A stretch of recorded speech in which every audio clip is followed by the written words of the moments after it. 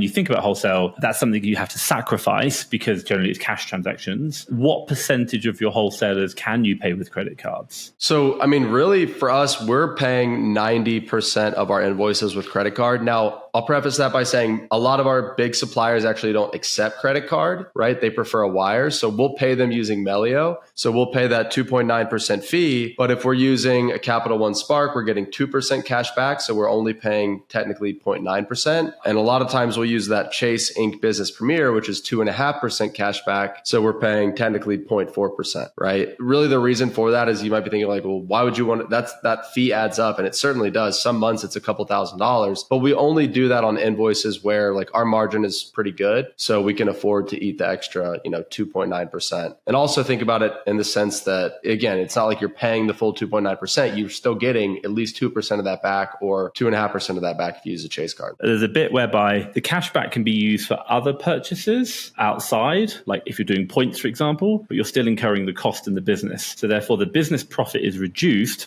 but you still get the equivalent amount to spend somewhere else. So that has an effect on taxation. And I'm not saying like it's right or wrong, but there are different ways to play the game. Yeah, especially at volume, that makes a really big difference. Okay, so if you're struggling to find the profitable products, or maybe even the products you are buying are tanking, what do you need? You need to find those profitable suppliers which are working for Amazon sellers. This is why I've put together my top 100 supplier list for the USA and for the UK. And if you look in the description right now, you're going to see a link to that where you can access it for free. Have a look down below. You play the game in a very different way. Tell me about that. Like, what are you doing differently to what most other wholesalers are talking about? Yeah, so I think what's unique about our model is that we are 100% remote. So I have not personally seen or touched a product in 2.5 years at this point, almost 3 years at this point. The reason for that is because we're either using a 3PL or at this point, actually, I'd say probably 90%, maybe even 95% of our wholesale orders are going from our suppliers straight to Amazon. And the reason for that is a lot of suppliers in 2024, they've opened up to the fact that Amazon buyers buy in large quantities and that they should probably start catering to Amazon buyers. So a lot of suppliers are offering prep services. Like I'd say over 50% of our suppliers, not only are they shipping straight to Amazon for us, they're also prepping for us as well for a minimal fee compared to what Amazon would charge to prep and compared to what a prep center would charge. So again, our workflow is either we buy from the supplier and then the supplier ships it straight to Amazon, or we buy from the supplier, they ship it to the 3PL, and then the 3PL ships it to Amazon. So bottom line is we, being like myself and our team, don't have to be involved at all in terms of the logistics. Like what percentage of stock goes directly to Amazon and which will go through 3PL? I mean, I'd say 90 to 95% of our stuff is going straight to Amazon. The only stuff that's going to the 3PL first is one of our bundles. That might be the only product of ours that is going to a 3PL. Do you approach suppliers trying to get that from day one, or is that something they offer, or how does that conversation look, or what does that approach look like for you to get that relationship or to get that operational set up? Yeah, so I mean, a lot of times if it's something that is kind of part of their everyday business, they'll just offer it. They'll say, hey, by the way, this might be in the opening conversations with them, and they'll kind of throw that in like, hey, by the way, we do offer FBA prep, right? We can send this to Amazon for you. A lot of them just kind of advertise that. But some of them, we've had to have that conversation with them over time and say, hey, listen, if you're able to send these products directly to Amazon on our behalf, one, we're going to be able to buy more because it's going to get to market faster, it's going to sell faster, and we're going to be able to reorder faster. Two, it's going to allow us to spend more money with you guys over time. So it's kind of a win-win. And couple that with the fact that if you're getting free shipping from your supplier, they're the ones paying for it. So if you go to them and you say, hey, actually, let me cover the shipping. I'll cover the shipping. I'll just send you the labels. You slap the labels on the boxes and then I'll cover the shipping, right? So that way, not only are they,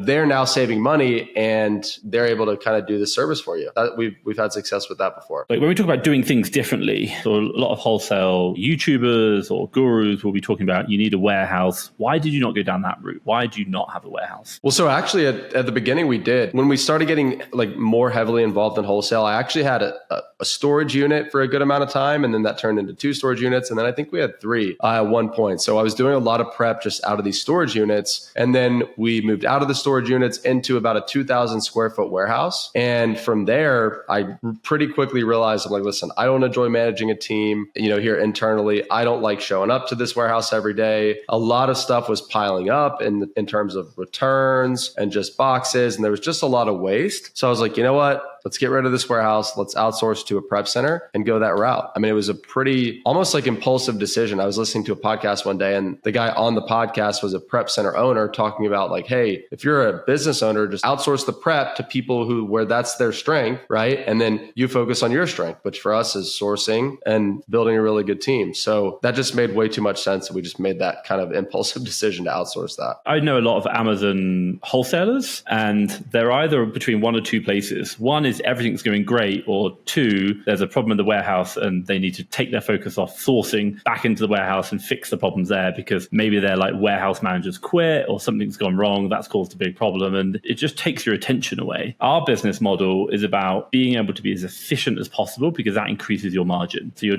less costs. And then because you're being efficient, small team, very low operational overhead, and therefore you can operate a lot thinner margins and obviously keep more of the profits. Let's talk about warehouse versus 3PL. A lot of warehouse owners in the Amazon space will say you do this because you can decrease the costs per unit prep from like $1 down to like 5 cents. How do you manage around that where you're not able to compete against the big sellers with their own warehouse? Well, so you'd actually be shocked at how small the difference is between what you'd pay a prep center at scale versus what you can prep for yourself at scale. So, I mean, just at Miami Seller Conference, there was a wholesale panel and there were some pretty large wholesale sellers there. They told us their production cost per ASIN or their prep cost per ASIN, and a really good prep center at scale is only going to cost maybe 5 to 10 cents more per unit. And they might even match that price if you found the right one. Now, you aren't going to have the control that you would have if you had your own warehouse, but all of that operational complexity, all of that overhead, all of that responsibility. Listen, I'd rather pay a 5 to 10 cent per unit premium to not have to deal with any of that. Now, again, at scale, that's going to add up and be a lot of money, but I'm willing to pay that price for that convenience.